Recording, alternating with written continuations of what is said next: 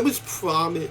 I know that movies aren't realistic, but when you hear apocalypse, you think it's supposed to go slower, not take like an entire year. But, whatever. Anyway, question time. I feel like I should call it something better than that, but I honestly don't care enough to think of something, nor do I have the ability to come up with something clever. And I'm lazy, so I'm probably just going to keep it as that. Anyway, first question is, can you balance a high-stressed work environment? Can I balance one? No. I can't balance a high-stressed... Well, technically, I don't know if what you call what I do balancing, because it's kind of just ignoring the stress. Well, not letting it affect me, or not being able to affect me. I guess that's balanced. Or maybe it's not. I don't know. I guess we'd find out if this ever works. It'll be interesting. I mean, it doesn't seem like it's something that you can do, especially if you're not good at it, especially if you're an idiot. It's not to say anything. I'm more talking about me, also other people, but they're not relevant to me at all. I don't really give a damn about them, so, As far as if I can balance a high-stressed... Yes, I can balance a high-stressed work environment. Because work environments themselves, I'm pretty good at dealing with. The situation, I don't know. But as far as the environment itself, I can totally ignore a bunch of loud, annoying people and focus on what I'm actually trying to accomplish. Because, well, that's pretty much what I've been doing my entire life. Not focusing on working, ignoring the people that are annoying me. So, I just have to learn the other thing, and that seems relatively easy enough. And by easy enough, I mean as long as I get the right people to do that job properly, and I can take all the credit, which is really what being president is supposed to be about, technically. You get a bunch of praise for hiring the right people to do their job. If you don't, well, then it's either because you try to do all the work yourself and you're a moron so you can't do it, or you hire the wrong people who are morons and can't do their jobs, and, well, you still get all the blame. In some cases, it's both. But, that's neither here nor there. Next question. What are the worst challenges you faced, and how did you handle them? The worst challenges I faced are technically all interpersonal, because... they're not technically interpersonal. They are interpersonal, because talking to people is so annoying. It's really... No one really seems to understand how to interact with other people without placing their own mental stability on them. Everyone thinks that when they talk to someone, they're just talking to another version of themselves, or that they should be. And people don't work like that. Now, it's... Some people want it to work like that, and those are the difficult ones. But even if the people who don't necessarily need that type of thinking still have issues understanding or accepting or listening to other views that aren't theirs. Now, technically, I never had a problem with that, because my views are so single-minded that I'm pretty much the only one that I ever thought like me, but that's just because I'm a selfish jerk. So, I pretty much spent my entire life listening and looking at other people and seeing how they interacted with other people, and I just started kind of copying them. And, well, that's what I still do. I mean, because talking to me is kind of like talking to just, if they took a robot and programmed human knowledge into it, that's kind of what it would be like. I mean, there are other people who are also like that are much worse, but it's kind of like they kind of got the programming right, so you sort of think that that I'm a real boy, but it's like something in the code got mixed up or didn't put it in properly, so it's just weird. But yeah, that's the most challenging part of doing anything, I feel like, in general, but for me. Alright, third question. Why would you want to accept a stressful president position? Oh, well, I'm gonna be honest. I don't really want to, but I kind of do. It's weird. The only reason why I want to be president, well, there are two reasons. Well, there are two sets of reasons. First off, are my spiteful reasons, because, I don't care about the goings-on of the world. I don't care that we might all die tomorrow.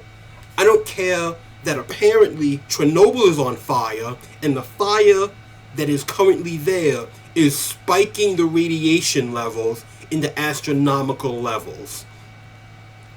But what I do want to do is be the one to fix it. Now, I don't know if I can. I doubt I can. But if I do, I would never stop bragging about it. What I'm trying to say is I want to be president out of spite.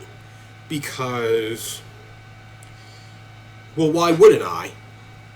Secondly, there's like a bunch of stuff that I want to do, just like personally, and I need to be president to do it.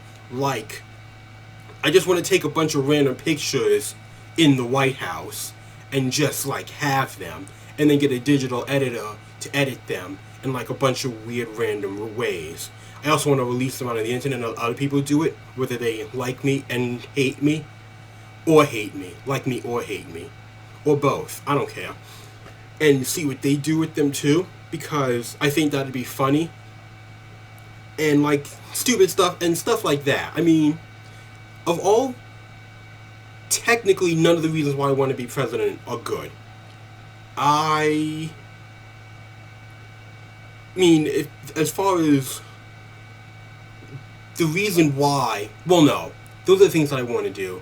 The reason why is because I have nothing else better to do. And I guess it's a weird way of putting it because, well, that's not technically true. There's plenty of things I could be doing with my life right now, like anything. But at this point, I'm honestly not sure if I would get to that point either way, if I wanted to do it or not. So I might as well do something fun. And, well, I can't just decide to take over the world, so there's the second best thing I come up with. Well, technically it's like the fifth best thing I've come up with, but the point still stands. Next question is, what would be your keys to translating your vision for America's future into action? Oh, well, that would be whoever I wrap into my nonsense and hire as my cabinet. Because, and I can't stress this enough, my only actual ability as a person, like the only thing that I have any worth as, is being able to recognize what it is that people want and not being so overcome with my own blind desire to not corrupt it. Because I'm not saying I'm not special. I mean, I think I am, but that's because I have a delusions of grandeur. That's something completely different. But there are other people who still think that they can live their life just by acting in a way that's removed from the ideals of society. But the problem is that they try to get other people to do it too, and that's not how people, again, that's not how people work. Just like how you don't work in a completely emotional based society like them, they don't exist in a completely rational base from you. Or from them.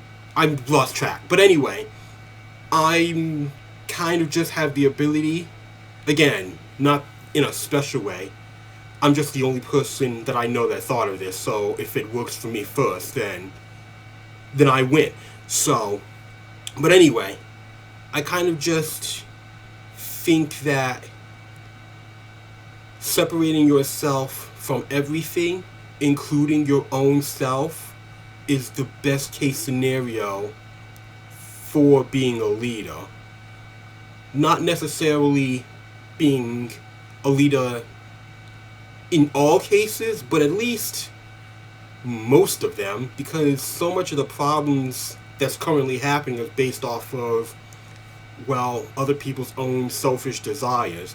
Actually, even people's own selfless desires. When you decide to put over somebody else's wishes over another person, it's going to cause conflict. And I mean, there's nothing you can do about that, but you have to understand that that's going to happen. People don't really, either they don't get it or they don't care, which I get it, I don't care, but they also act like that that everyone should just accept it, which is stupid. People don't have to accept anything. I mean, they have to deal with it, sure, but when you act like people are in the wrong because they're upset with what you did, then you're just a jackass. I'm not saying that's not what I wouldn't do. What I'm saying is that I can accept that I'm a jackass. I know I'm a jackass. So what? I will literally do whatever I can regardless of if everyone hates me afterwards. Because I don't really care whether you like me. I will literally break your leg if it means that if it means I can drag you out of this burning building. That's my mentality. Or is that my motto? I think that's my motto. I will break your leg to drag you out of a burning building. You can hate me after, you can sue me after, and you'll probably win, because I probably didn't have to break your leg to drag you out of this burning building, but I did it already, so shut up and stop whining. We're done now. You're out of the fire. That's not your broken leg isn't my problem. My goal was to get you out of the burning building. I got you out of the burning building. Your broken leg means nothing to me. I mean, I feel a little proud of myself because I somehow was able to break your leg in a burning building, but that's neither here nor there. I got off track, but that's the point. The point is, my really only key that I recognize is my ability to remove myself from any decision that I actually make in life. Next question. Now there are young people that are engaged in elections these days. I completely blacked out. I have no idea why. Now there are young people that are engaged in elections these days in greater numbers than ever before. How will you keep them engaged in voting? Well, technically by doing this, because this is exactly, I mean, there are a bunch of ways.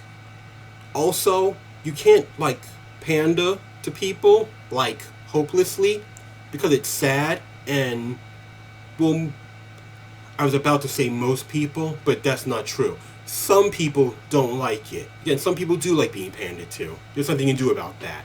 But a lot of people, recognize that they're being pandered to, and they don't really like it. Especially young people. Actually, people, not even just young people. Well, younger people. People from, my age and down don't like it, because at some point, we realized that it was stupid, so we stopped doing it. Well, most of us stopped doing it. There were some people that our age that still do it, but There are also the idiots who grow up to be anti-vaxxers and tell everyone they should become vegan because of reasons. So there's no arguing with those people. But yeah, we. So yeah, I mean, technically it's just by being a better person, not shutting yourself off in your own demographic, because when you do that, you alienate people, and alienating people that you're actively not looking to vote for you is one thing, but when you alienate the people that you are trying to get to vote for you, that's when it causes issues. So yeah. Next question. What do you believe should happen to those close to you when they make an honest mistake? You give them another chance or just fire them? Well, if it's an honest mistake, then they can try again. I mean, they might not be in charge of whatever, but again, it's not like I'm just gonna come in and say I'll take control, because I don't know how to do it. That's why I hired them. So I guess yes, in the idea of the size of the mistake will change on how I react to it. But as long as it's like, because like the thing with, what was it, the healthcare thing, well, that was a bunch of issues, but they like threw whoever it was under the bus, and that's just what that was.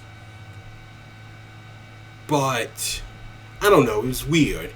But there was also an issue of the wrong people trying to do the job, so they should have been fired, but I think they knew the other people that were in charge, so that's why they didn't actually get the blame. It was all really stupid. But that's also why I don't really want to, like, hire... Well, technically I'll have no problem with it.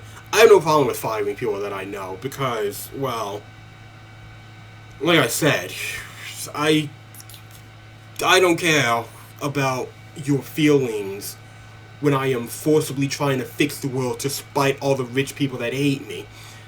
I don't care. Suck it up. And that's just what that is. But I mean, as far as like an honest mistake, yeah, I can try again. Maybe get like a second person to do it with them. I think that'd be the best idea. Anyway, next question. What experiences do you have that can help you deeply understand the mindset and values of another culture? I mean, alright, technically none. I've been to other places, but I don't really think, I'm not one of those people that think that just because I spent some time in another place, I all of a sudden know everything there is to know. I guess technically that is my experience. I don't know. I know that I don't know everything that I need to know. Yeah, that sounds about right. Because people, when they say things, they say it like they know what they're talking about, even if they don't. Especially if they don't. And it's annoying. Either it's annoying to the people that do know what they're talking about and have to listen to a jackass talk about it, and it's annoying to the people that don't know what you're talking about, because, well, that sounds like something that they would say and they know that that's not right. So I guess at that point, the same experience that I have with everything else, and that would be, being able to listen to someone without having to inject my own ideals, mindsets, or understandings. Because I'm going to be honest, I've lived here my entire life. I still barely understand how to be American, how to be a guy, how to be black. I fundamentally don't really understand anything about how to exist as a normal person. I literally don't know how to exist as myself. So, it's pretty much all the same to me.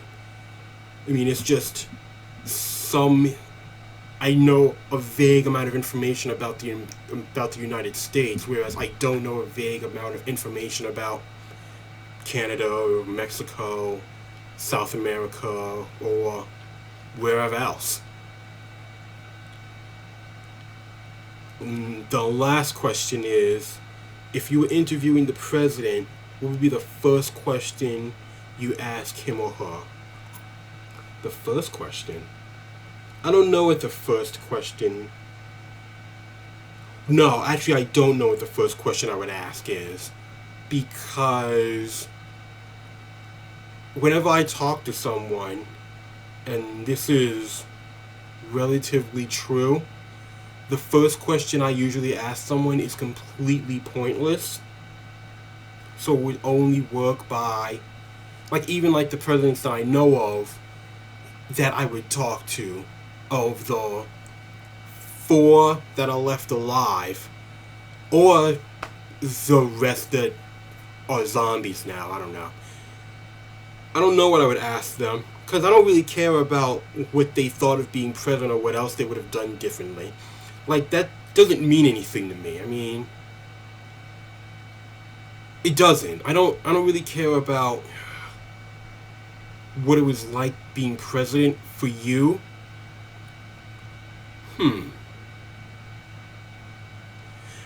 I mean, honestly, no, that's not true. I would ask if they enjoyed being president to, like, any degree. Either if they enjoyed it or if they regret being president. That's what I would ask them. I mean, I wouldn't take the information to heart. Like, I don't want to hear the response. I just want to hear the reasoning. Which I guess is the same thing. Anyway, that's pretty much it. I don't know what that was at the end. Anyway, bye.